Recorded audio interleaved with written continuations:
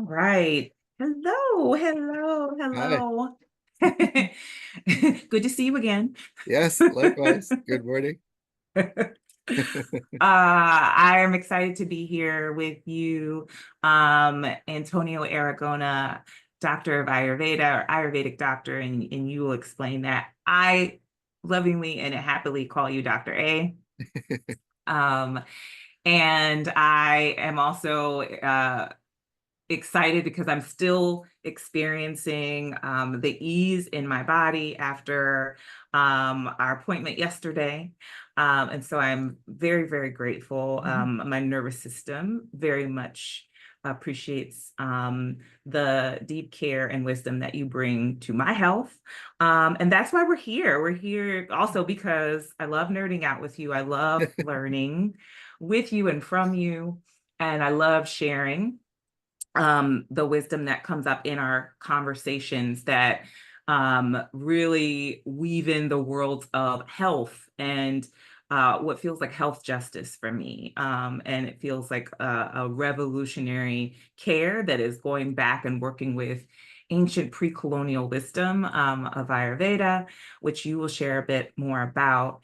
And we started having this conversation. We already have some folks coming on the room, so I'm just going to let them in and admit them into the room and welcome. Hey, Tamara. Um, so folks can come on and join us in the room, and you can remain off camera. And then we will definitely bring you on. Please continue to be at ease and enjoy the conversation. And then we're also going to have some time for question and answer for Q&A. And so I was introducing Dr. A, who I feel so blessed to have found at a time in my life when I knew that my experiences of gaslight and confusion with Western medicine and trying to make the connections in my uh, pursuit of health, pursuit of a health that I had not experienced in Western medicine, as I knew that there were these interconnections between my mental health, my physical health, my spiritual health.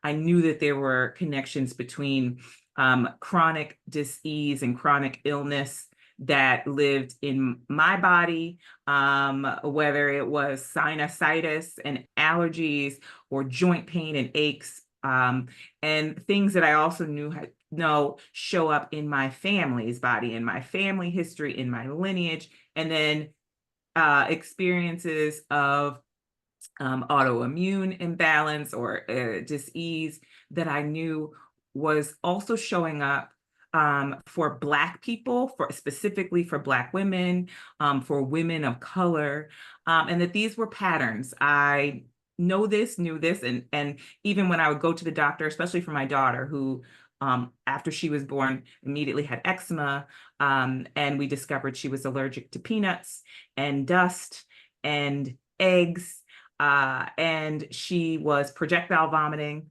and I had nothing but there's nothing wrong from her pediatricians, and just put some more Aquaphor on it. And the questions that I would ask about diet and about how, right, what was at the root cause, not what could give us more medication to put the fire out, right? Steroids to calm the eczema, or for me, more medicines, more antidepressants, more stimulants, more drugs. This was a lifelong pursuit. And finding Dr. Antonio Aragona, finding Dr. A came from me after I had begun learning and studying more about Ayurveda and Ayurvedic practices. And from an embodied perspective, very much looking at the intersection of our relationships between mind, body, and spirit, between our bodies and the earth.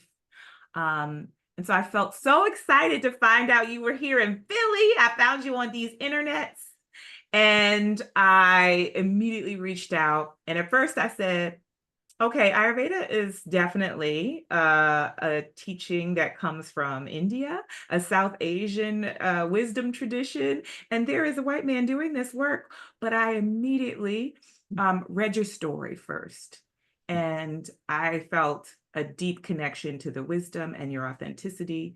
And then when I met you, my nervous system definitely settled, and I trusted your connection with this wisdom as your own pursuit of deep wisdom and knowledge that was pre-capture, pre-colonial, and felt at ease, and I have to this day. So I wanted to give that framing for anyone who hasn't joined us before, and for those of you who are joining us today on our first live talk. And so I'm going to stop talking, and I am so excited because I just love listening to you, to hear you, Dr. A. Antonia Aragona. Thank you. Thank you. I mean, it's been my pleasure to work with you, and the inspiration that comes from our interactions is always delightful.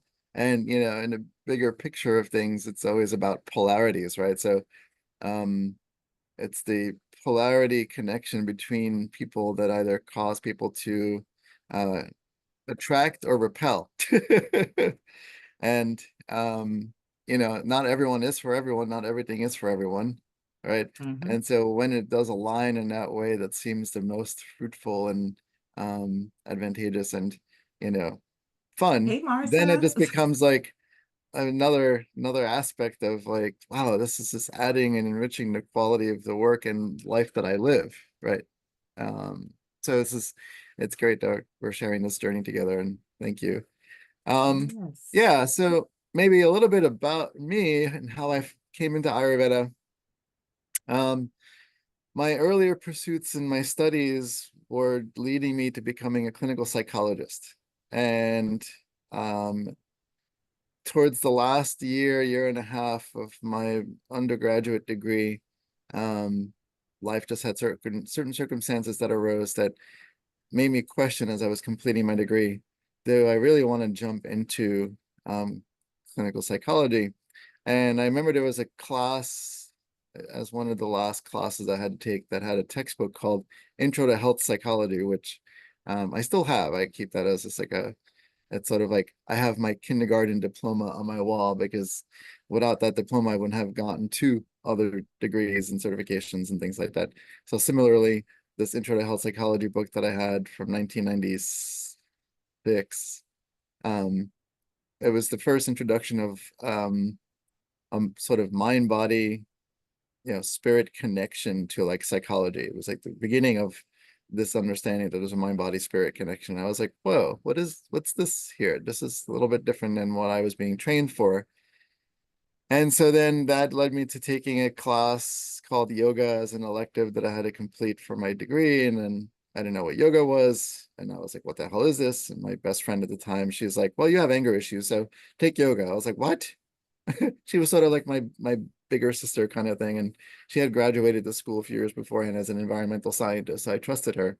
And so I took yoga, and after the first day of class, I was just memorized by the teacher because at the end of class, there were 60 of us in class, and she asked us questions, and one of the questions was, can you guess how old I am?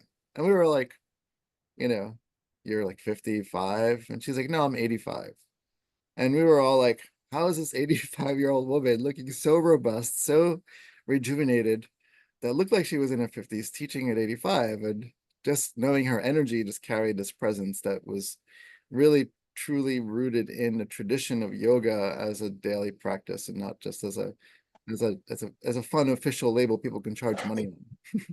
And so this kind of like led me in a different direction, because then as I was completing my degree, I was not convinced to doing clinical psych at that point, and I was just not sure what was next. And so then I just graduated, started working at this particular hospital just to figure out what the next steps were. And but something about natural and holistic and healing kind of sort of dripped into my life. So when people say, how did I end up where I'm at today? I was like a mouse following cheese, I would say, because like life was telling me, here, try this. And I was like, what's this? And every time I was curious about what this is that was outside of the spectrum and scope of where I thought I was supposed to go, brought me to the next level of something opening and unfolding. And so then fast forward, when I moved to Philadelphia, I was still, I was doing case management services and social work services with children in abused situations in Philly.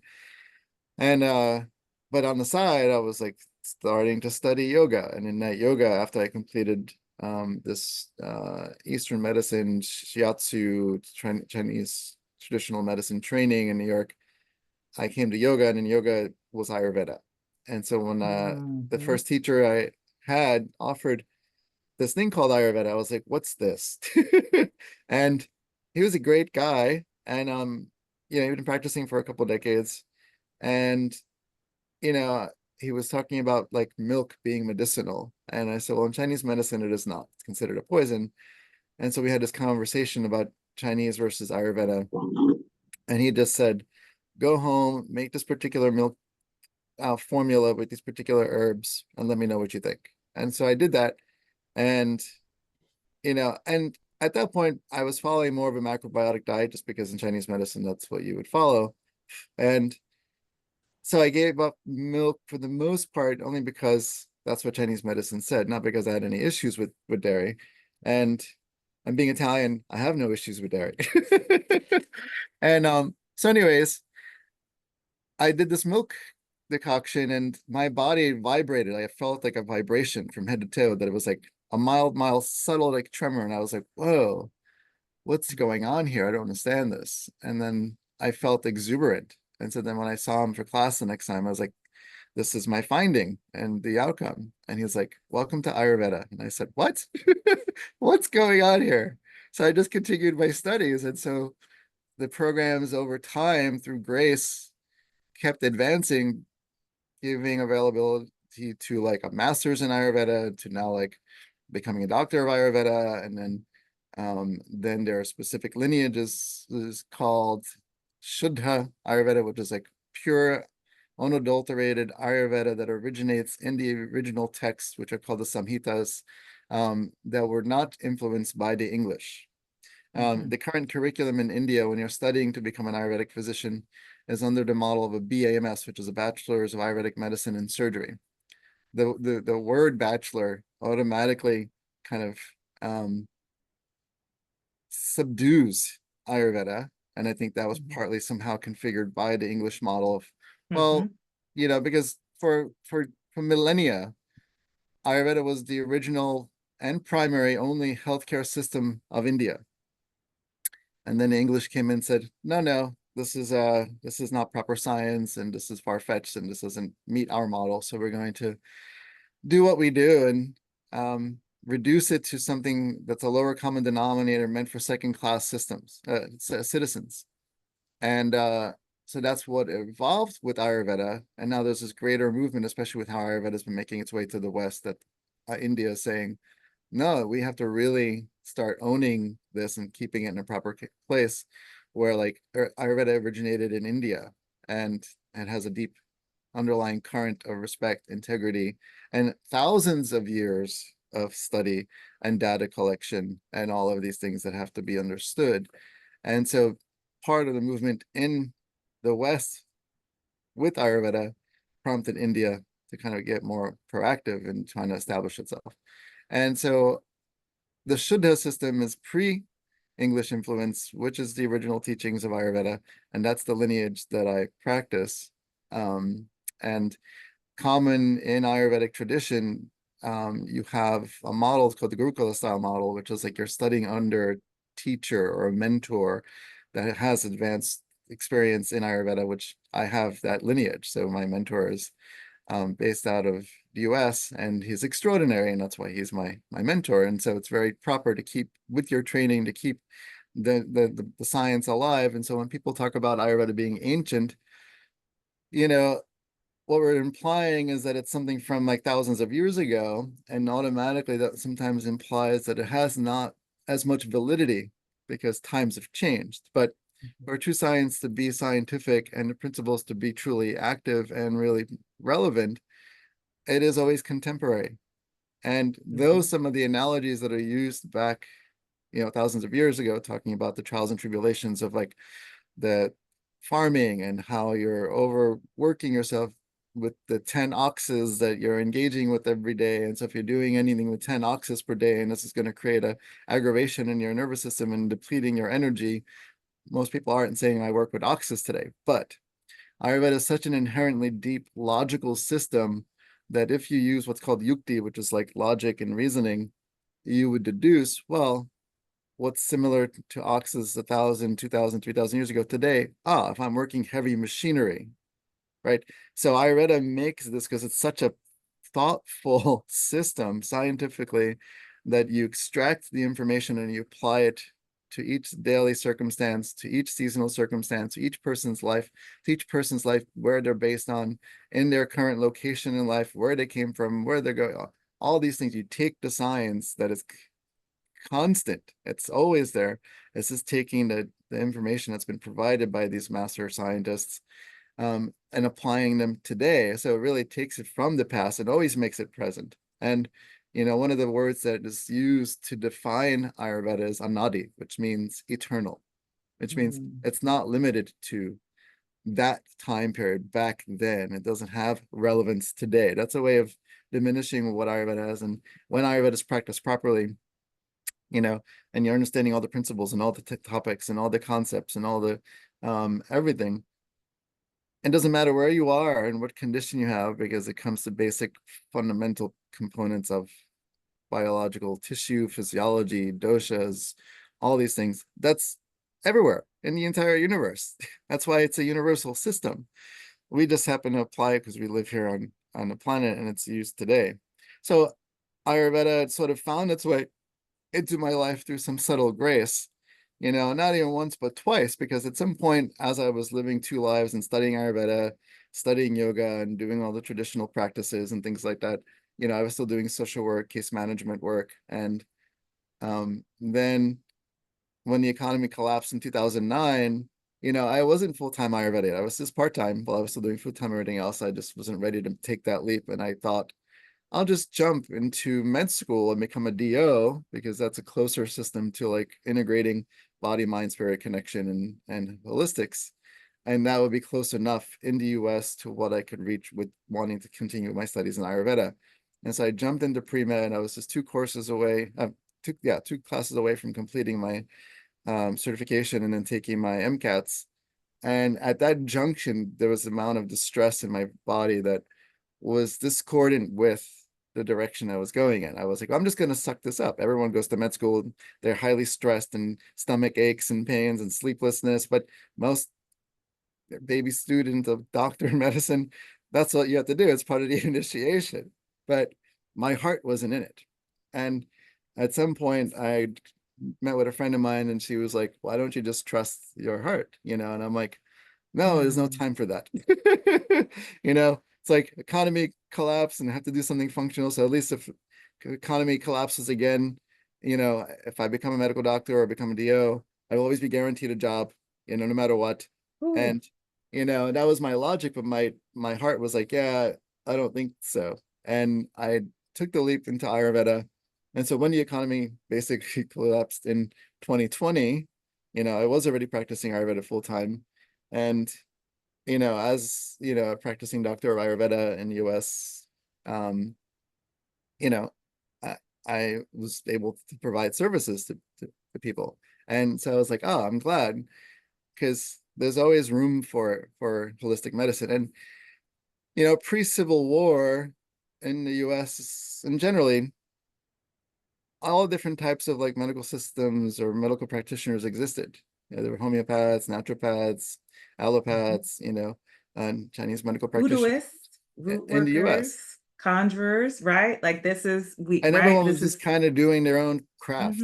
And it was just kind of like, this is the way it is. And then post-Civil War, with industrialization and Rockefeller coming in and creating a precedence for like standardization of medical education, military, etc., it revamped things in the direction of allopathy, putting everyone else to the side. And so, luckily in US, there are people in different states that are doing different things regardless of Western medicine, because there's still always and will always be like someone interested in something that's going to be considered alternative, right? Mhm. And you know, we have these states, I think there's like 8 states that offer the Health Freedom Act, which allows any person to pick where they want to go for their own healthcare, and the person that's providing the healthcare isn't going to have as much negative consequences in providing help, because this Health Freedom Act sort of protects that to a certain point.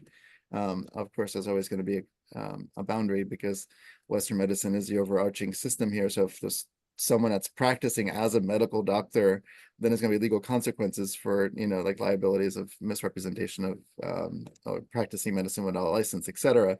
So there's always that gray area to be careful of. And so in clarifying what I do, you know, I'm not a medical doctor.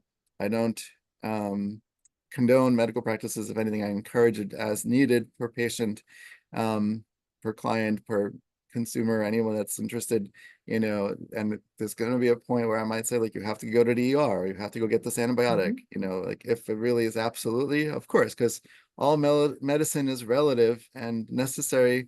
It's just a matter of knowing, you know, when and how. In Ayurveda, we know that sometimes poison is used as a medicine.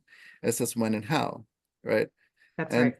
and so in practicing Ayurveda, you know, I'm also a licensed massage therapist, so I can work with patients and do physical treatments and things like that.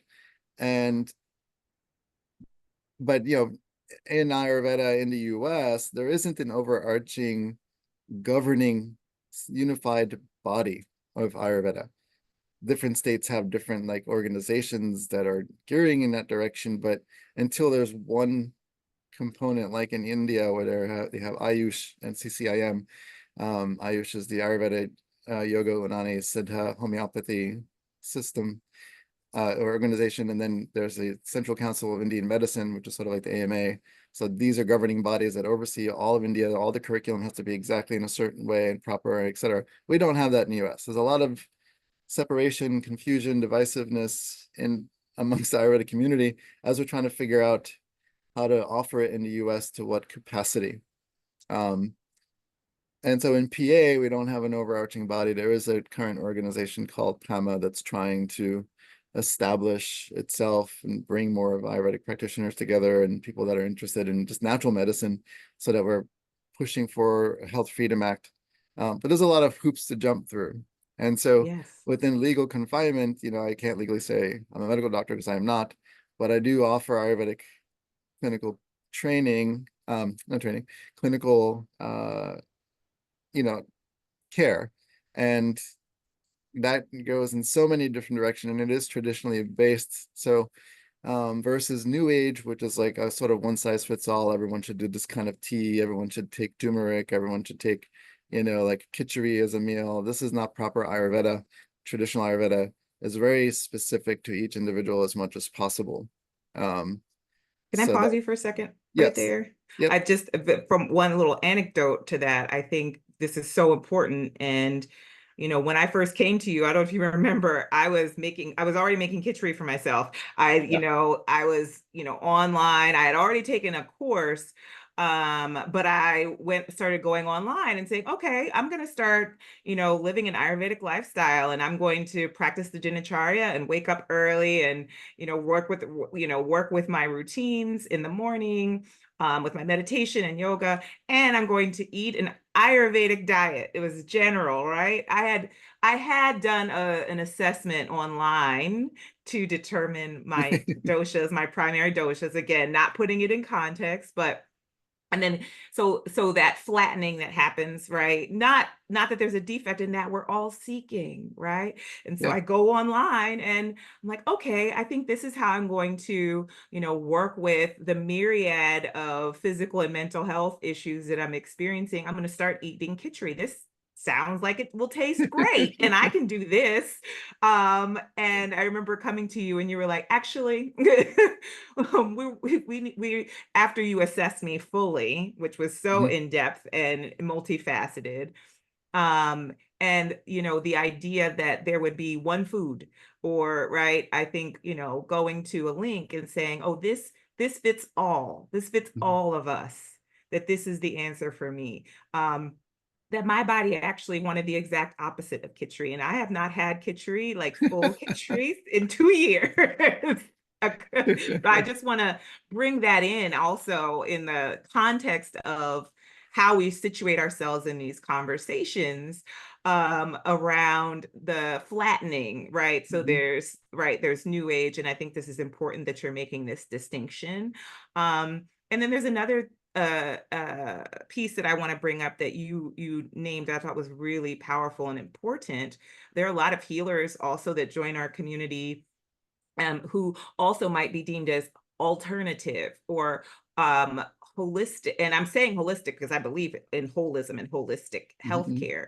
But the idea that we would have to create legislation to free ourselves from the dominant colonial structure of Western medicine, that there is a Freedom Health Act in some states Mhm.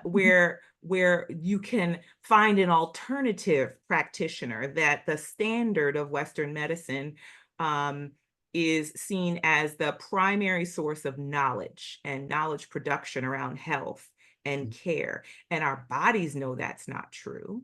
But it's all we've ever known. So I think one of the things the themes that we've been talking about, that I've been talking about and writing about, is what is revolutionary care. And that is both, I think it is a number of things. One element of it is how we take revolutionary acts for our care, how we revolutionize care, how we care for ourselves in periods of revolution, Mhm. which we are in now. And you spoke about collapse as well. So I just wanted to bring that back up, right? Collapse of the economy, of the US economy, which have influenced the world economy in 2008, 2009. And you spoke of it as an initiation.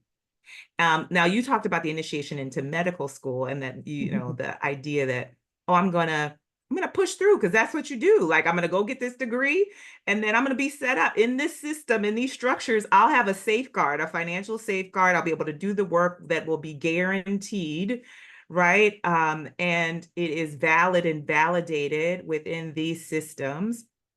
But my body, my heart, I love you, friends, but trust your heart. Mhm. And you were like, and the initiation in that period of collapse called you on Mhm. this soul journey, this purpose journey with Ayurveda, in relationship with Ayurveda. So I just wanted to recap that because that feels, oh my gosh, my gut. I'm feeling it in my gut because I'm really trying hard to trust my gut right now in this period, this experience of collapse in Mhm. circa July 17th, 2024. And so I Mhm. just wanted to bring that into the space as well, to kind of recap, and to land some points that really landed for me. Mhm. um Please continue, but I think that that is deeply connected to our ongoing conversation and work, and then also what we want to talk about today. Yeah, no, I mean that's great that you say that and that you recap that, and it's true. And I think, like to the degree that, anything you are interested in, especially when you're advancing in time and space and life, careers, etc., it's going to take work because nothing should come easy. Otherwise, everyone would do it and everyone, will just have it. If you want to have a gold medal as a runner, you won't just wake up and say, cool, I'm going to have this in 6 months and be in the Olympics. You're like, it's going to take me 6 years, starting to run around the block, then around the neighborhood, then around the city, and you think about, oh my God, this is so daunting. And I think for athletes, for example, they want the gold, they want the goal, but their heart's in it to do that because they know it's going to take work. So the heart is the reminder that this is what is true, because in the heart as the compass for our soul's purpose and our activation and activity in the world, if we're using that place, then regardless of like the work that it takes to get there, it is aligned, and so the work will be worth it, right? And so you're trusting that process, but by no means would it be easy. So if my heart was in becoming a medical doctor in DO, then I would have endured. I mean, going through Ayurvedic clinical training and the last program, it was a 3.5 year med school compressed into 11 months, you know, I probably should have become a DO, but my heart was in it, you know, And because I knew like Ayurveda is what really spoke to the deepest level of what was my true purpose in contributing to the wellness of the world, you know. But that doesn't take away from other people that study to become a naturopath or homeopath or oriental doctor or any of these things. Because if the heart's telling you, then that's the soul's purpose. And so that's to be honoring when you're coming in as a client or a patient. I encourage those values and that mentality for people. And in order to do so, it requires sort of like a refinement to get clear, which means reducing the distractions externally, which could be things like disease processes, right? Mm. And understanding how to navigate that so that when there's less noise externally, then internally you can hear more clearly, right? And, similarly in the yogic traditional system, there's the Ashtanga yoga, which is the eightfold pathway of yoga, and there's the inner yoga and the outer yoga. The outer yoga is sort of like the foreplay to the inner yoga. It's like I will cultivate a lifestyle of nonviolence, and I will be non-stealing, and I will, do proper studies, and then I will do actually yoga practice as stage 3. And the yoga practice prepares me to do some pranayama so that when I do the breathing practice, now I can start to close my eyes after I've calmed the external to cross the bridge to the internal.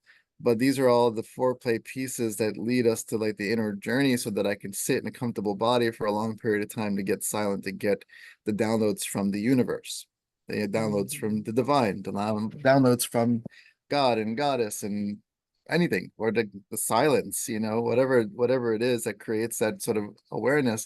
We have to create space for it. So for reducing how much disease exists in the body, then there's less distraction. There's also the practice in yoga that if you do have diseases, there's a way through meditation that you go through as a piercing ray of light. As there are clouds in the sky, this light still comes through, that in spite of the clouds, you can still have that clarity. That's always going to be there. So it just depends on which side of the fence you are within your mental capacity to say like, oh yeah, I have aches and pains, but I can sit down. Like when I've gone to get some dental work done, I would always tell them, give me less of the anesthesia because I can meditate through some of the pain. And they're like, Oh, what? now hold up. And I'm like, I don't need as much. My body's very sensitive and I can drop into deeper practices and just kind of endure. I might still take some, but I've had colleagues that are more advanced in meditation that are like, I never get anesthesia. And I'm like, ah. Well, there's a pause that I want to bring in here because there was a part of me that was like, oh my gosh, I could never do that for dental stuff, for dental Yeah, work, I like know. my It's teeth. it's one of those things. And I've had But other no, I have to say, but I did it for childbirth. So here's the wild thing. I did it for no. And I had a cesarean, I had a yeah, C-section. So I did yeah, it for not for labor, for yeah, surgery. yeah, Had all of my ab muscles cut open. yeah, But I actually I did have an epidural, be very clear. But yeah. I was practicing hypnobirthing Hmm. before I was and I was I'm thinking about the energy of force and heat and the Yeah, Mars energy that's working with us right now, the pushing. I yeah, had an agenda when I was pregnant in the summertime. So I'm dropping some pearls for our summer yeah. push through pitta conversation. I was pregnant in the dog days of summer in the heat of 2018. I'm going to go back and look at the transits for 2018. In August, all of August, I was doing everything I could, forcing to not have a C-section. I refused. I was going to have Yeah. a vaginal natural birth, period. My child was definitely breech and she had no interest in my plan at all. And she and God and the universe told me to surrender. Yeah. I was practicing hypnobirthing because my intention Hmm. was to have anesthesia-free Hmm. Hmm. natural birth. And Yeah. so I did not only right before I birthed my child, I actually had the external cephalic version, which is a procedure where they try to turn the baby externally, which is Yeah. very stressful and painful. But I put myself under self-hypnosis and went to a very deep meditative state. And I was able to do the same thing when I went in for my C-section. I was more settled and connected to my experience than I think I've ever been. So there's a capacity that I actually forgot about. So I just wanted to, Mhm. I literally forgot when you said, No, I was that's like, my true. teeth? My It's teeth? true. Nah. And we live in a world, a culture as a world, as a global collective that in some countries more than others, like when you step outside of the US, it's very common, especially in Europe, when Europe is versus US, um, for the US to be perceived and having a certain level of fragility and hypersensitivity and all of these things. And I have some friends that are in Europe and they kind of make fun of me. They're like, you're just too feeling, you're just too like emotional. I'm like, well, you're emotionally devoid. So, but in interacting with them, like there's a certain mentality in how they integrate emotions and process emotions, that it's not that it's like overlooked. Here we're just trying to feel everything, but also we've created a culture through history of like so much emotional trauma without the mental capacity to digest these things. And our quick fixes Yes. based on a lot of current scientific models in Western medicine is you feel a little bit of pain, so take this. Oh, I'm a little anxious, so I'm going to eat something. Oh, I have a little mild fever. I need to take an anti-febrile medication or something that's going to reduce my pain. And like a little bit of something, oh my God, I need this thing. So there is a fragility here. It's like the smallest little thing. We are trying to take something external to pacify because we're, ooh, I had lunch at 12 and then dinner is at 5, but at 3 o'clock, I'm getting a little grumble in my stomach and I don't like that. I need to eat something. Why? Do you really need to eat something? Like, why not trust the body and cultivate it in a certain way that you could undergo that discomfort and really and go through it, and it will transform. It always transforms. All of it transforms. That's the nature of the world, the nature of the universe. Constant transformation, right? And in Ayurveda, we try to allow for the natural potential faculties and using natural systems and doing all the different factors that we integrate into like when do we need to like depend on this and this and how and what. I mean, when we get a fever, Ayurveda is basically saying the first couple of days you should just endure the fever, like fast. Don't try to get rid of the fever because that's one of the worst things to do. And all of these things. And so when we get uncomfortable, and it's funny how people are very fickle, where like middle of winter, it's like, oh my God, it's so cold, it's horrible, it's snowing, this is a catastrophe, right? And then it's like really hot, and it's like yesterday it was 97 degrees, but it was 102, felt like, and people are like, oh my God, this is ghastly. I'm like, no one's ever really happy. How about you just wake up in the morning? Are you not happy just waking up in the morning, whether it's hot or cold? Why do you have to be that miserable to think that life is that miserable because it's hot or cold? I was walking around Center City yesterday and I was like, this is very lovely. Like, I'm aware of the heat, but I'm not like, oh my God, this is horrible. I need air conditioning. I need to cool off. I need this cool drink. I can enjoy that and go, "Oh, this is not so bad." Right. Mm. And so like knowing like, okay, we're in the season of summer. So summer's going to bring these qualities. And if people don't like those qualities, then you should move. Right. Because complaining about it doesn't help the situation. It's not going to help your mind, your nervous system, your immune system, all these things. Why complain about it? Life is So hard can and I pause you? yeah. Because I think this is a powerful point in transition. And I feel like there's a piece here that I'd love to tease out a bit. One is, yes, it is summer. It's hot. It's supposed to be hot. If you don't like it, right? If you can't take the heat, get out of the kitchen.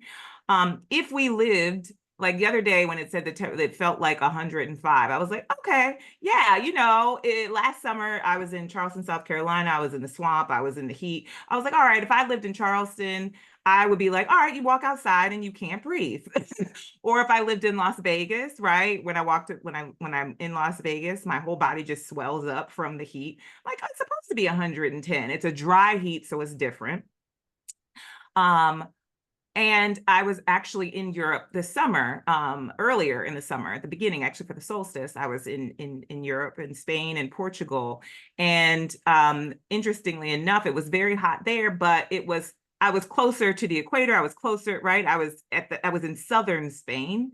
Here it was 100 degrees. There was like a nice 85. But felt like 100. But I was in the place where that made sense. Mhm. I think what is really important in teasing out your point right now is, or what I'm hearing is both Yes, we have the ability to settle our nervous systems and not to be reactive within the context of the season or the experience of summer and the heat. And there's also this anxiety, I feel, at least in my body, around, yeah, and it's getting hotter. Not only is it getting hotter, it's unnaturally hot, like it's getting hotter for this region. And at the same time, and there's this denial, or like there's a battle for ideas around whether or not it is just a heat wave or a climate crisis, and what's the existential crisis. Now that's the pitta, that's, I'm sorry, I'm sure like, you'll clarify, because I feel like that's my vata, that's the brain, my, like I have this overactive mental energy that's like fueling the anxiety around climate crisis. And I'm also hot, so I'm stressed about the heat. So I feel like I wanted to bring that awareness in, because what you're saying is landing. I'm like, oh, maybe I can go outside and find some peace, because I'm angry that I can't go outside. Yeah. It's just because, it was last summer at this time I was actually in Italy, in the villa that I was staying at with my friend, like they only had ceiling fans throughout. But my villa, because I brought a group of friends with me, and my villa happened to have an air conditioner, so I had put the air conditioner on, and so my friend said, can you not leave the air conditioner on all day long? He's like, it's not very Italian to do that. And Yes. I'm like, well, I'm a spoiled Italian from New York. And I said, I get it, and I appreciate that. And so knowing like, there's a thing that's happening here. And so we got accustomed to it versus getting accustomed to the heat. My colleague told me that in India, there was a town or a village that didn't have even ceiling fans. And so people were just naturally just experiencing the heat. And then one of the people that lived there got a ceiling fan. And then that started like this sort of effect of people getting ceiling fans, because now they're trying to manage the heat. And then someone got an air conditioner, which is still hard, but especially with all the brownouts in India. But nonetheless, he said that changed that village's perspective, the capacity to deal with the heat. Now, of course, global climate issues are increasing. It's just going, it's just going in that direction. There's no reversing it at this point, from my perspective. So the body is as a physiological constituent of combination of doshas, or biological material, like is going to be responsive. Now, how the body responds, interprets, digests all this will depend on its quality and health, right? So if people do have, you know, accumulations of things in places that should not be there, which would be any of the doshas going where they shouldn't be going, then the changes in elements will affect that person more than other people. Some people will get more sweaty, more fainting, more heart palpitations, more anxiety. These are the examples in Ayurveda of how we know what we call doshas in Ayurveda exists, because there's a cause and effect. The cause is the external, but also the deeper root cause is happening inside the physiology that's responding to the external. And so when things are disproportionately present in a person's constitution, then anything that's going to be in similar quality will increase that, which will make someone more uncomfortable. So we follow that. So in Ayurveda, when someone's like, oh my God, I hate the heat, I hate the summertime, it makes me feel really horrible and sweaty and swollen, that means your body is not processing the information properly. That means there's an excess of something in response to something external. And so then it's understanding, how do we remediate that so the body can regulate more properly the information coming in, including mental. In Ayurveda, it's mental, physical, and spiritual. And so mind is doing its own thing and interpreting information. And so when it's agitated, some of it is rooted in like what's congested in the body, or what's not circulating properly, or what's obstructed, or what's in excess, or what's depleted and deficient. And so in Ayurveda, we're looking at constant qualities and seeing their relationships to each other, right? So coming into the summertime, there's some things that are going to be obvious, so I'm going to actually read a shloka from one of the main texts called Ashtanga Hridayam. And so my reading of Sanskrit is a little sluggish. I'm slowly learning the Sanskrit.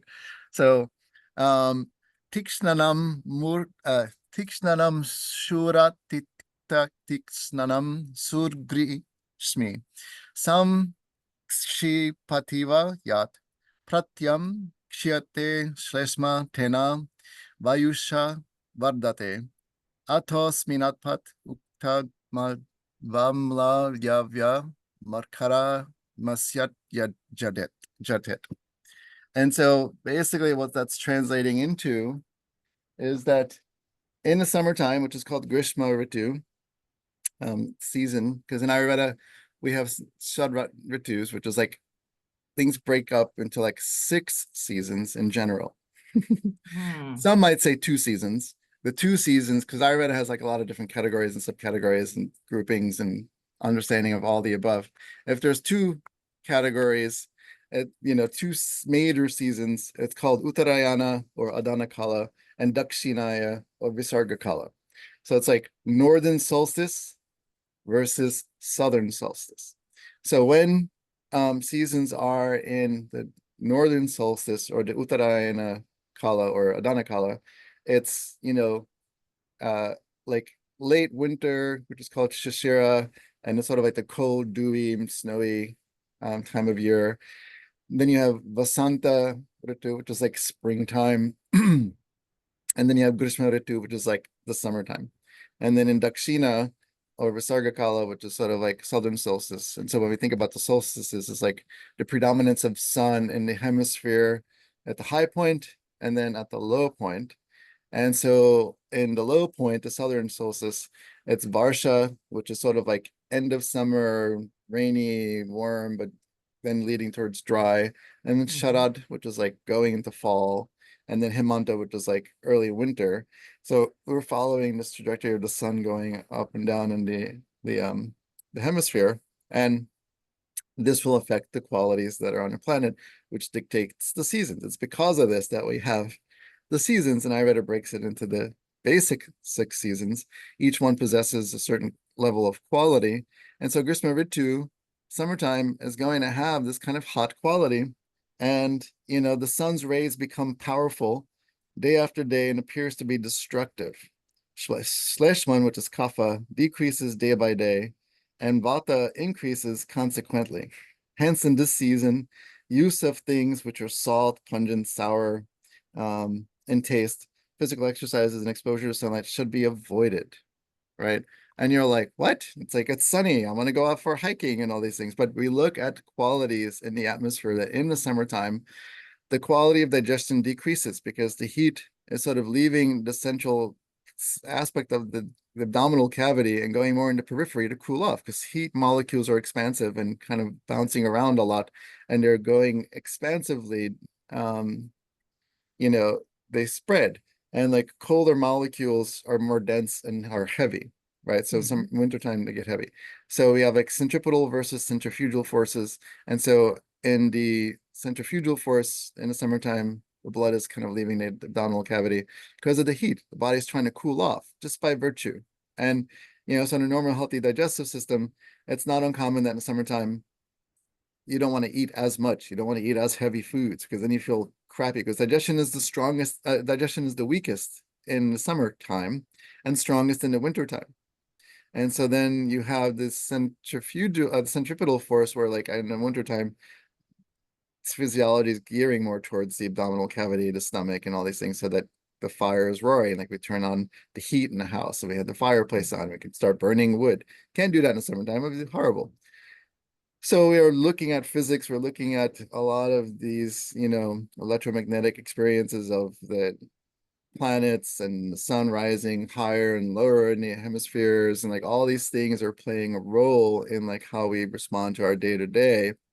It's the awareness of this, the awareness of the self, knowing what your physiology is doing and knowing how to plot that over time to keep track of it. But it's like in the summertime, since this is what we're focusing on, we notice like, my appetite might be decreased, but I might need a little bit of a daytime nap to kind of cool off because taking a daytime nap in the summertime is indicated for a lot of people and has a cooling effect. But napping doesn't imply sleeping because that creates a different quality. So if someone sleeps during the daytime, it's not indicated. There's like a lot of rules around like how to do this, but the rules are based on like the logic of the science and how like diseases form. And so people can say like, oh, I don't feel like listening to that. No, but you will listen to your body when it has a symptom. Maybe you won't know why, but it's because you just chose not to listen to some rules.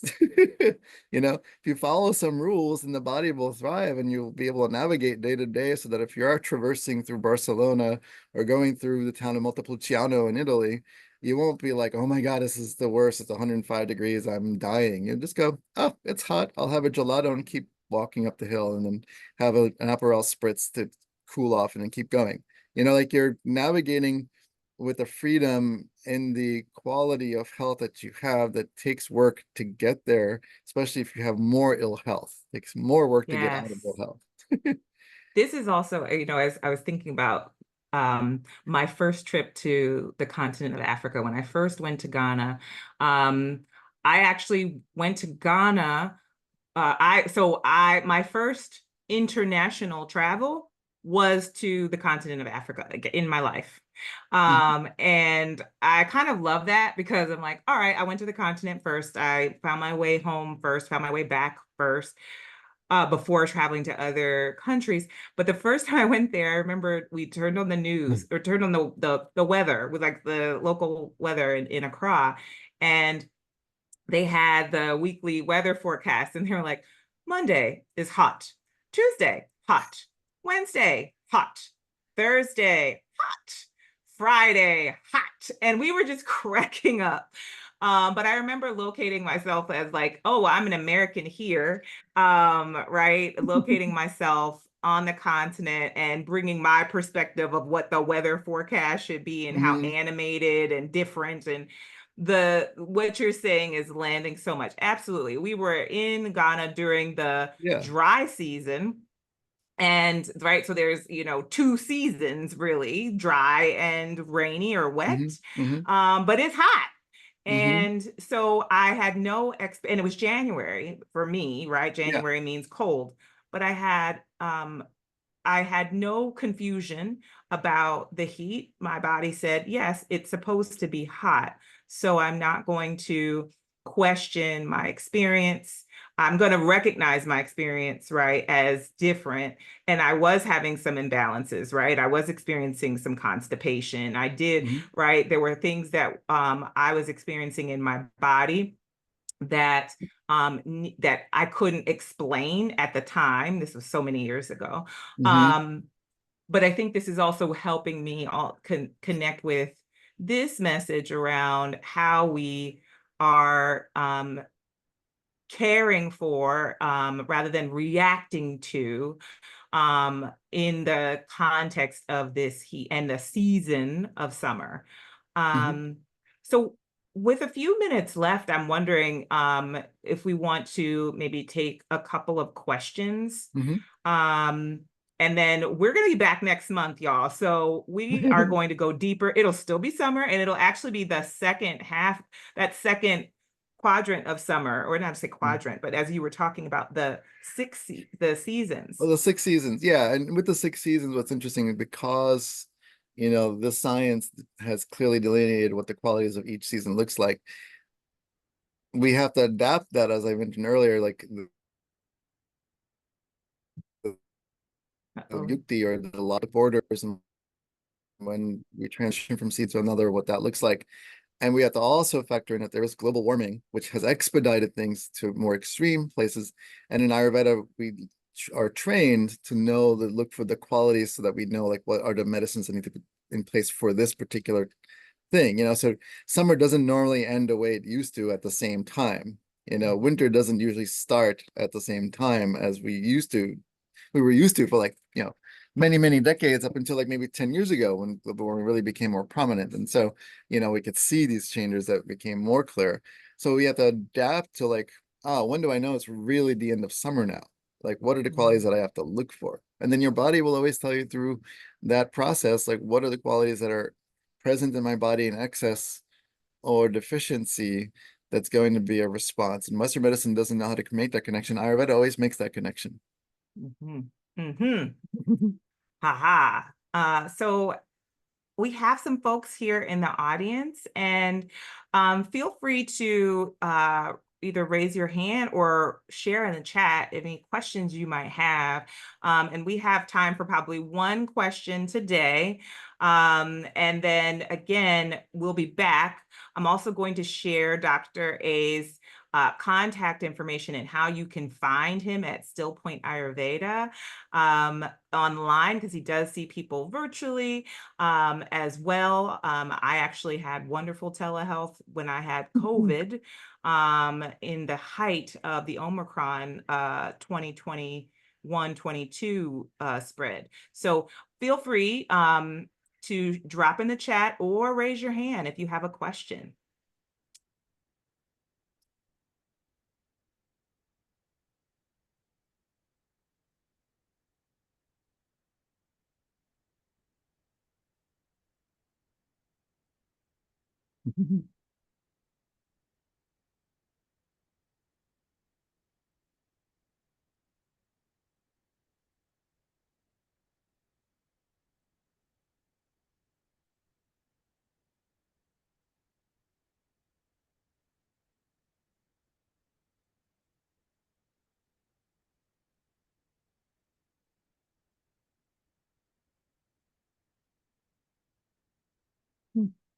Okay. Well, also, you all also, I feel like there's a lot that we've shared and folks are still processing. Yeah. So folks can also share questions or send a note. I actually have a question. Mhm. As you were talking about summer. Someone's also having a Oh, question, hey, Chris. but maybe we can probably squeeze two questions in. All right, cool beans. Yeah. Yes. All right. Chris, I'm gonna bring you on. Would you like to come on camera? I'm gonna bring you on, Chris.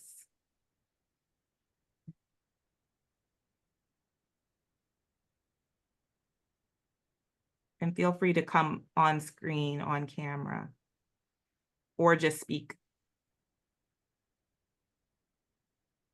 You're unmuted.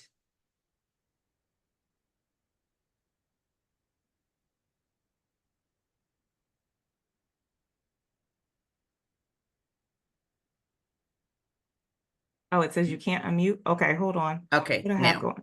Oh, there we Okay. go. Okay. Thank you.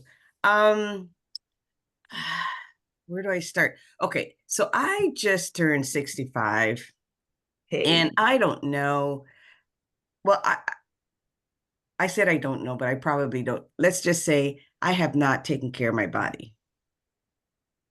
And I am, I'm not going to use that word.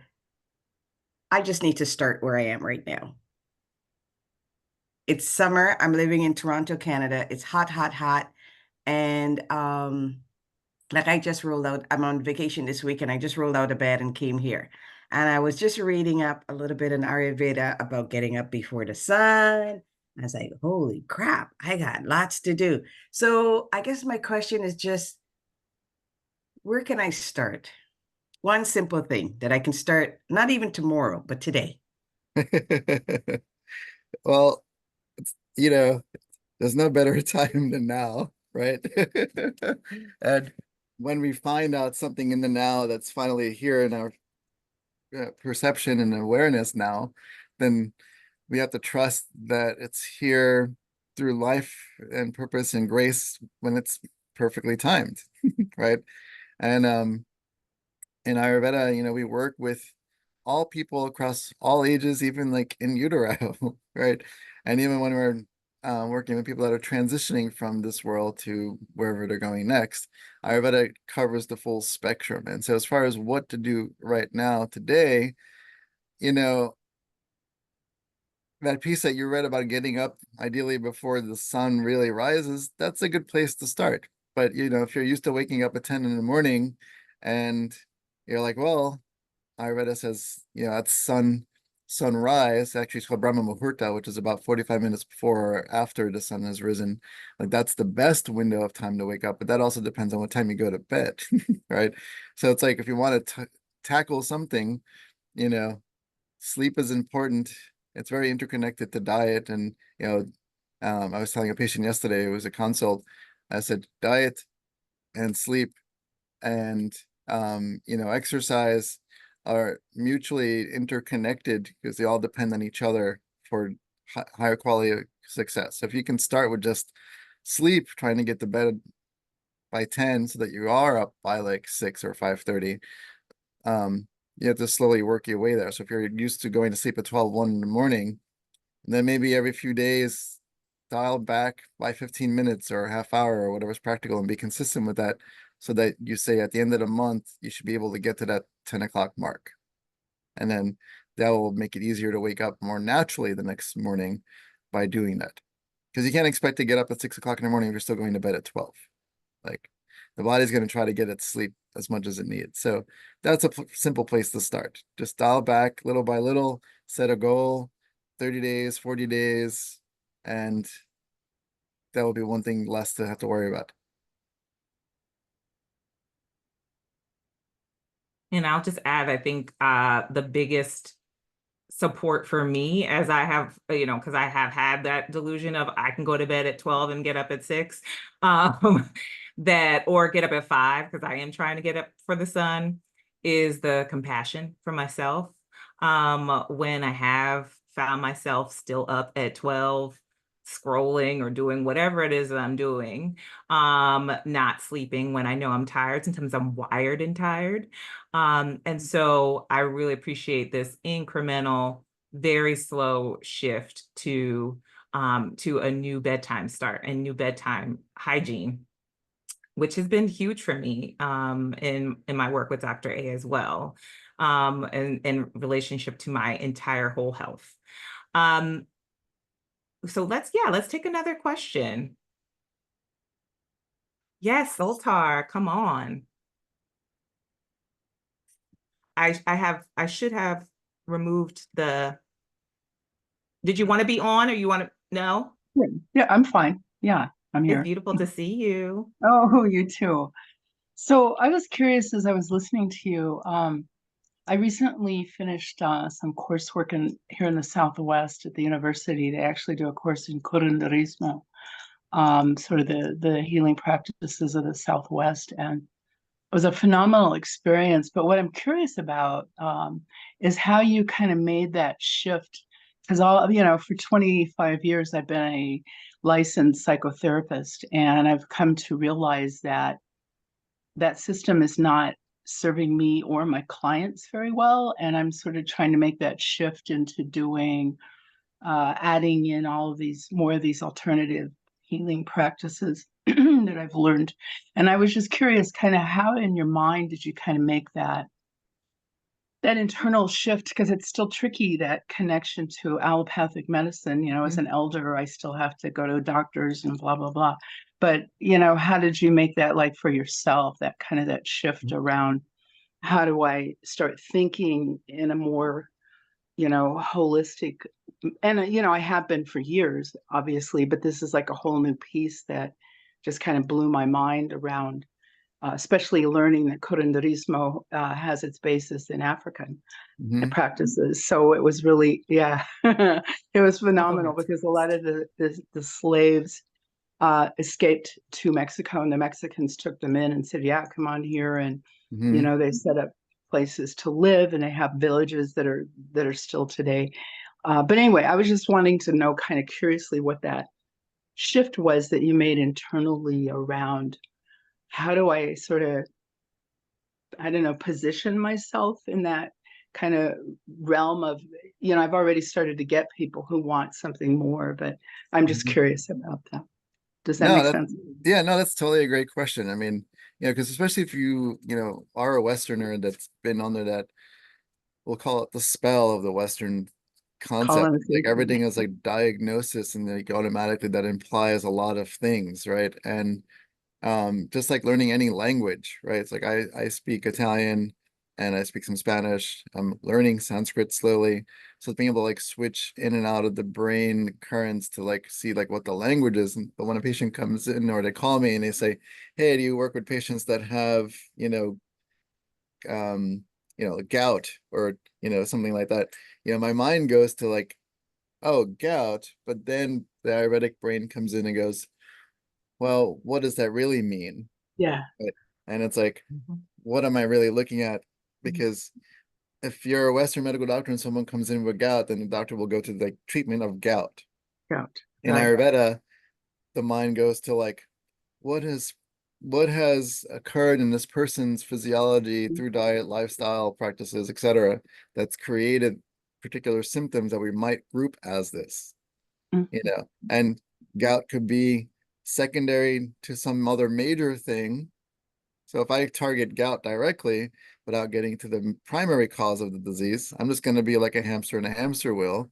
So I have to really sort of detach from that sort of preconceived notion when someone calls, you know, and says, do you treat this? I say, no, I treat the person, right? Right. I'm not treating the disease because I will go like this head to head with the disease. It's sort of like Yeah. in psychotherapy, because, you know, I have enough of a psych background when someone's like, oh yeah, I was diagnosed with, you know, bipolar 2, you know, that side of the brain, which isn't as exercised, I don't live in that world. When I was in social work, I was still like curious about, it doesn't go to like, oh, bipolar 2, what does that imply? What are the symptoms according to DSM-4, DSM-5? Okay, I don't In even go there. Ayurveda, I'm quicker to go, let me see the person as a whole. It could be a digestive issue, a gut issue, intestinal issue. It could be a heart issue, lung issue, like what's creating this as a secondary current. So it's like really, it's like a muscle that has to keep getting redirected and retrained over and over again to see the bigger picture. Like this person's coming in with this, but what are the things that are creating this foundation for this? Right. Right.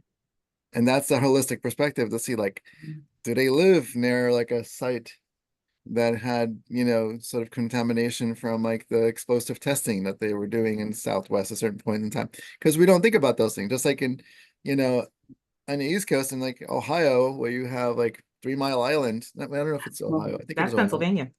Pennsylvania, 3 Mile Island. Yeah. Like in Ohio, I was just thinking like the coal mines and things like that, the runoff, the water, the contamination, all that stuff. And people had like health issues because they were living next to those places, running down the field, you know, running down the current of the water, like all these things. It's like, it's all connected because that will Yeah. imply and create other conditions. And we're just thinking, oh, you have rheumatoid arthritis, but it's not because of this, it's because you live near a contaminated site. So we have to like remove that from the physiology, free up the doshas and kind of get circulation properly and digestion properly. And then conditions will kind of undo themselves, right? So you have to like really extract and pull apart by looking at the bigger picture, like what else is happening here. Yeah. Yeah. Thank Right. you. I don't know if that helps with the, but that's how like it's a mental exercise. It's like, how do you go from speaking English to speaking, you know, Italian to speaking Spanish to learning Sanskrit, and you're just kind of like, where am I? Right. Right. But it Yeah. happens much quicker when you're more like boom, boom, boom. So when someone says Yeah. Western, my mind goes to like, okay, in Western, this is what I understand it is in Western context, but Ayurveda will say a lot of different things. Yeah. Yeah. Yeah, one of the things they talked about that was so wonderful is like in Mexico, they're starting to open clinics that allow for people to see an allopathic doctor, but the doctors will also work with the curanderos and send people if they think there's something else going on. And I feel it would be really wonderful if here in our country, in this country, we were able to start doing that kind of thing, you know, being able to, I know some doctors do, Yeah. but Well, not all Mexico of is them also, do. Mexico is also a health freedom state. Is what? A health freedom A state. health freedom state, the Health Freedom Act. So it allows that to happen more easily. Yeah, I mean, in PA, we're not a health freedom state, but you know, I've had patients that were physicians at Jefferson Hospital send me patients because they knew, like, they were like, yeah, I can't figure this out. Could you figure this out for my patient? I'm like, yeah, done. You know, like that kind of like relationship. And then there are other doctors that are like, I don't know what this Ayurveda is. You're taking some vitamins. Okay, it's fine. And it's like, it's, you know, it's okay. Yeah. Well, thank This is you. Thank beautiful. you. Yes. And Yes. Soltar, I hope we can talk more about your experience and what you've learned. Because there's so much richness there about the practice of curandismo and what you're bringing. Soltar is a beloved, wonderful member of our community and has just been so such a great teacher and sharer. So thank you. Yeah, thank you for your question. And then Aaron, you had a Yes. question, you said, and if anyone else has a Yeah, question. Yeah, I think I want to make room for our guests, and then our guests, family. And then I also am something that yeah, I was going to share a little anecdote about how when, recently, I think there's been a couple of times where, I still had to see I often think about Western medicine as like trauma reaction, or like right, like, oh, there's something here that needs a response, and or if I need x-rays, right? Like and then I come back to Dr. A. And I think recently when I had frozen shoulder, and I went to finally see an orthopedist. And there's a root, right? There's a root to this frozen shoulder. That's another conversation that we will have, that extends beyond the recent flare. But the piece that I think was really important was when I saw the orthopedist, and who actually diagnosed it as frozen shoulder and said, you should go get physical therapy. And I shared how I also work with an Ayurvedic doctor, a doctor of Ayurveda.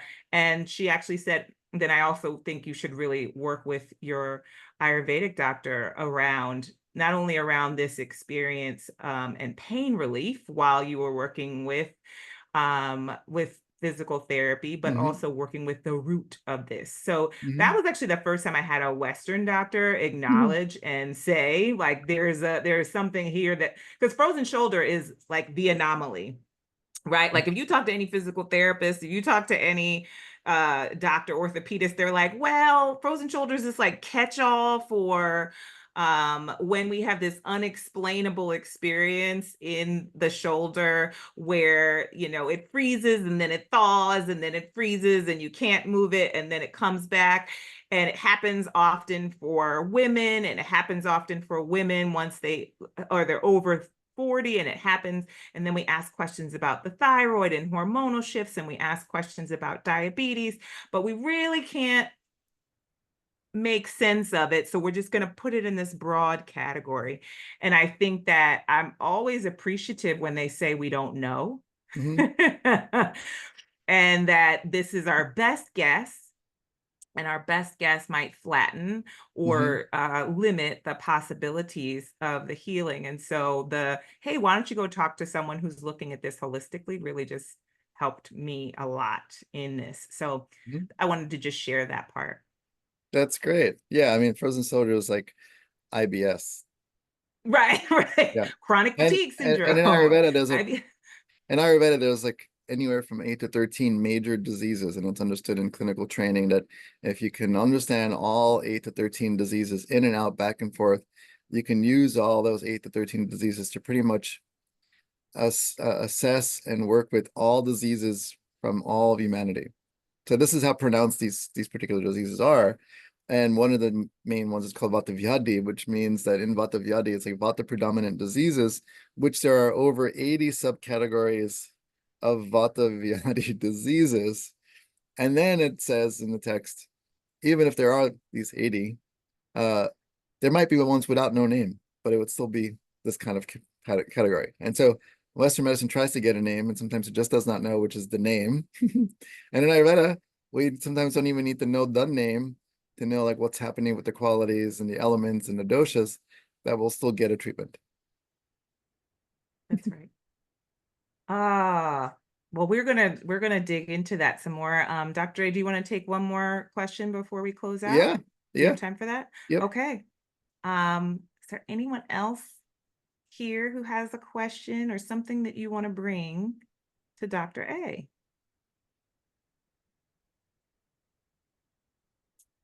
And I should have set up so that you all can unmute yourselves. And maybe I can read one more sloka that might prompt the question. Yeah. So with regard to Grishma Ritu, or summer season, according to the most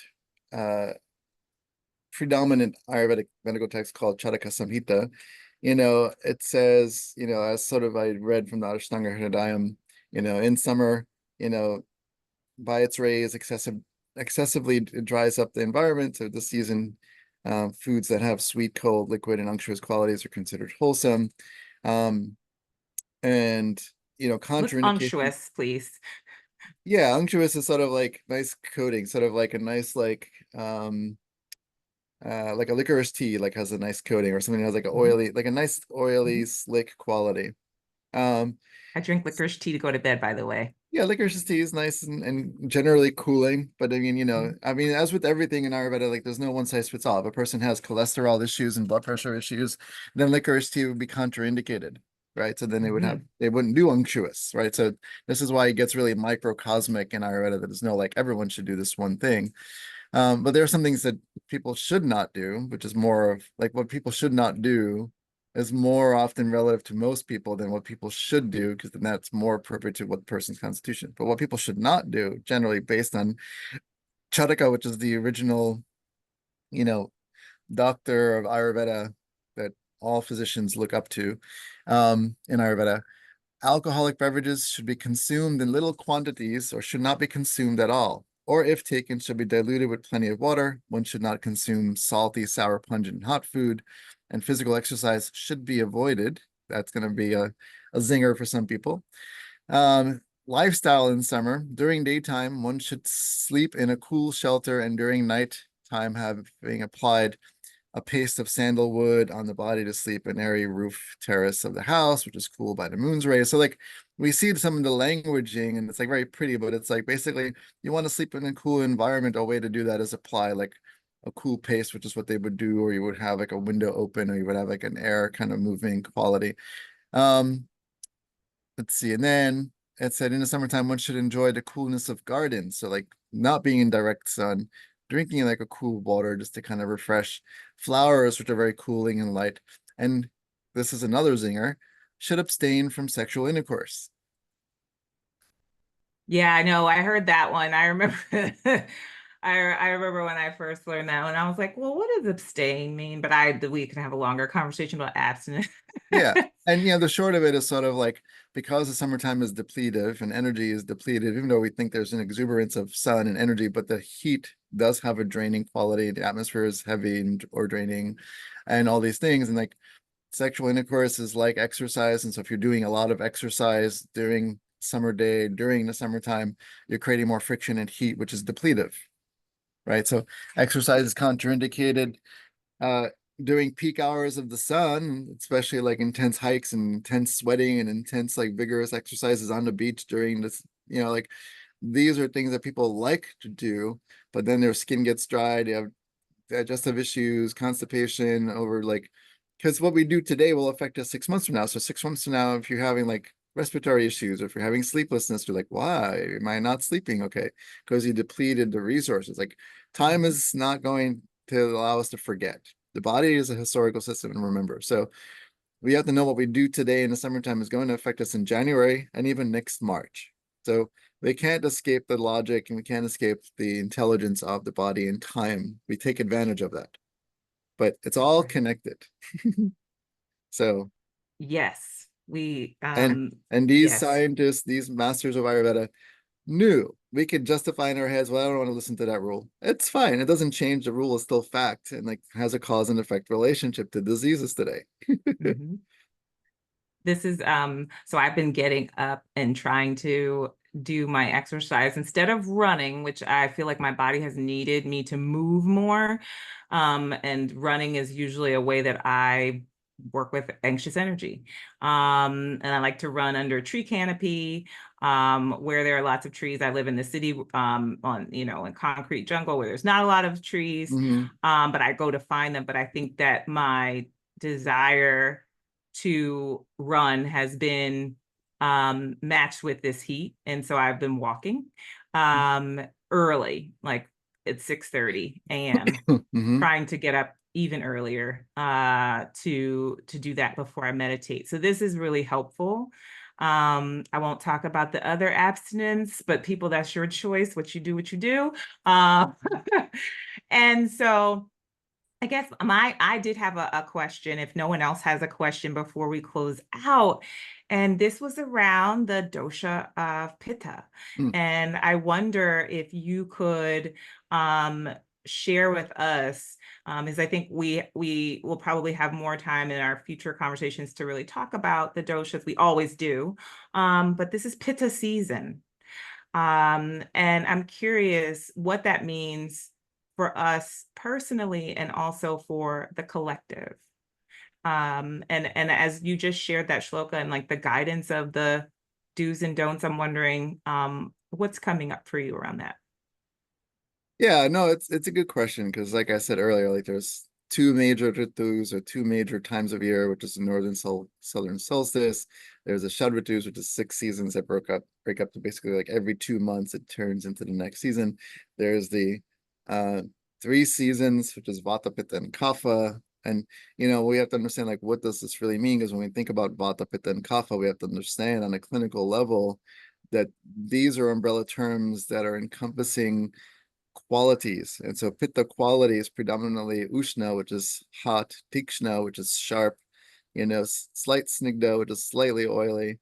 And so these are the terms that sometimes confuse people because there are generally 20 qualities or 10 pairs of 20 qualities.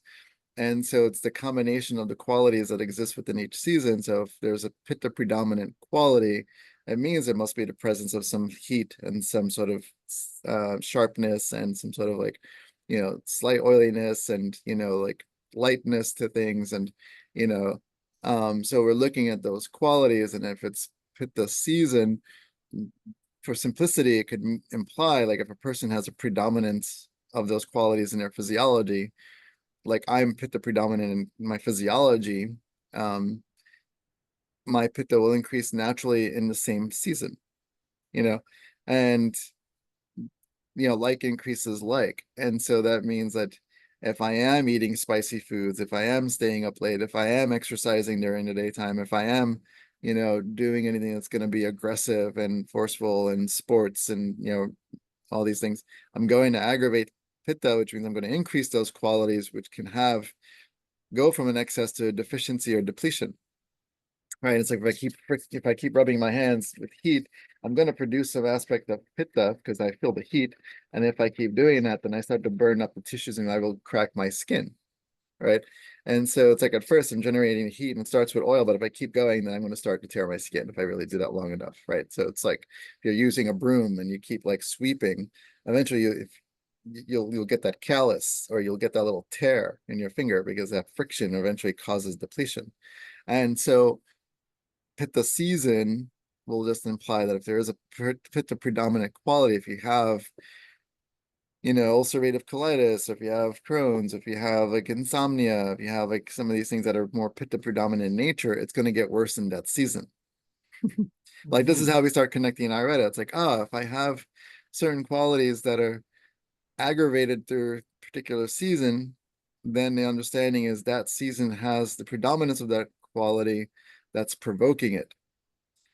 But if I go into the next season and then it alleviates, then that means that season has the qualities that I don't have enough of in my system. And that creates the reduction of it. And so this is how we start connecting time of day, time of year, time of life through qualities. It's the qualities that we try to understand to see what's missing based on what's showing up and based on what aggravates what is showing up. Right. Yes. If I have diverticulitis, but I eat spicy foods and I'm wondering why I have diverticulitis and I stop eating spicy foods and have licorice instead and it goes away, then I already used the opposite quality. So we use opposite qualities to be the remedy. It's like the opposite quality to summer is fall. And the opposite quality of fall is late winter. The opposite quality of late winter is spring. The opposite of spring is summer. Each season, as it's passing to the next, remediates the previous one in a healthy state. If the doshas are properly corrected. If we've done proper cleansing through the transitions of the season, then we can transition to the next season without carrying the bulk load of the excess of the previous season. When that does not get remediated, the doshas get aggravated and keep a momentum going and going and going. But when we do proper purging protocols or cleansing protocols at the junctions that are appropriate, then that helps to reduce the excess of the doshas, which will help support better vitality and energy and transition into the next season. So you can regulate more properly. So when it is hot, you're not as hot. When it is really cold, you're not as cold. When it is rainy and dry or rainy and cold, It's not going to be as like screaming in your face. You'll just mentally be like, this kind of sucks, but whatever. Not like, oh my God, I feel horrible. My swelling, my sleep is off, my digestion is off. I get diarrhea this time of year. No, these are all signs that something's in excess or inappropriately in the physiology. So that's the easy way to understand, like, we're in Pitta season, so we want to do things if we're Pitta predominant that are opposite in quality. So cooling things, walking during the moonlight, being in a cool atmosphere with cool people, cool scents, like cooling foods, light foods, not heavy foods, because if you're doing the opposite, if you're going out drinking, if you're having a lot of sex, if you're going to the gym doing crazy, cardio and doing crazy HIIT or any of these things, and you like the intensity of these things, and you're doing intensity during summer's already intense, you'll create depletion so that 10 years from now, if you have thyroid issues or adrenal issues or chronic fatigue, these are the causes. These are the little things that people don't think about. Well, now I understand how my 20s caught up to my 40s. Oh, yeah. History is Sounds always like there. my hot girl summers. Just like My I hot told my girl summer. client yesterday when she walked in, I said, right now you're walking in as a result of the culmination of all the history that's left you in this moment till now. And she's like, oh my God. I'm like, yes, this is history. History's right here, right now. And Body. how we know is through the symptoms, because you wouldn't have symptoms if history, that's the proof that history is there. Unless you got, I told her, like, unless you just walked into my office and you got hit by a car just around the corner like 5 minutes ago, then that was still 5 minutes ago history, but that was more immediate history. And now you have injuries related to this thing. If you were fine before that, that's great. But you walked in with this thing right before you walked in, and here we are. That's right. No matter And what here age. we are. No matter what age. No, that's right.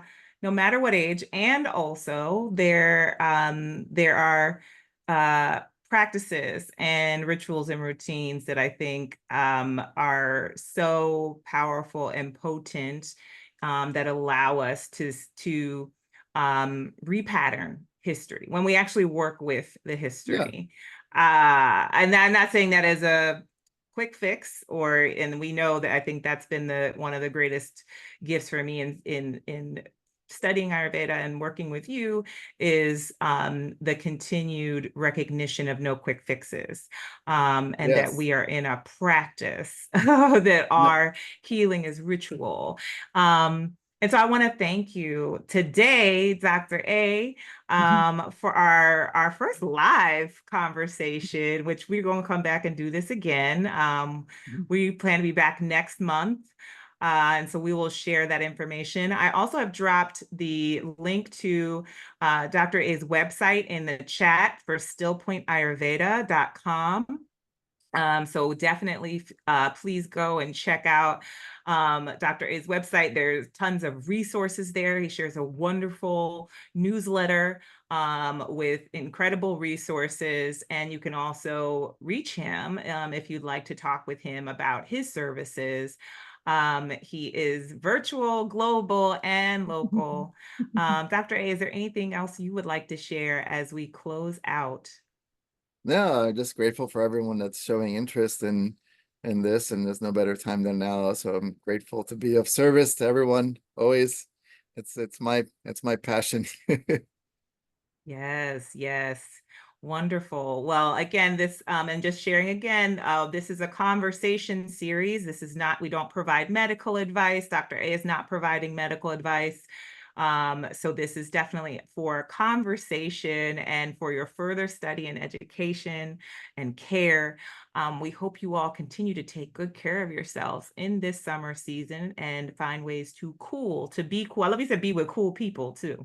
Yeah. So there's also a lot of astrological transits right now that might be ratcheting up our internal fire and heat, the anger, the energetics, right, of Mars. And I know we didn't talk about this, and this is like a thing that you'd like to talk Please. about, but in Ayurveda, when we look at Vedic astrology or Jyotish, Yes. The planets also have certain qualities of the doshas. So like Mars would be more Pitta predominant, Sun would be more Pitta predominant, Moon has more Kapha predominant, Jupiter, so there are qualities that we see the interconnectedness of the astral sky to the internal ecosystem. So all of it is very connected. That's, you know, that's when people talk about planets and they say, yeah, I don't really believe in astrology. I'm like, do you believe in the sun and moon? They're like, well, yeah, because the moon is full sometimes and the sun is the. I'm like, so if you can take these two planets, what about the other planets that are having an effect on you? Just because you know Mars is there, how do you think it doesn't have an effect on you? If the sun has an effect on you and the moon has an effect on you. That's right. How? So we continue to allow people to come to their own conclusions as it continues to work on us. You can work with Yes. these energies, or you can let them work on you. You decide. Yeah. Well, And thank you. so, yes, I thank you. And thank you, and wonderful community. We will see you again soon. Again, check out Still Point Ayurveda in the chat, online, and be well. Be well, y'all. Ciao.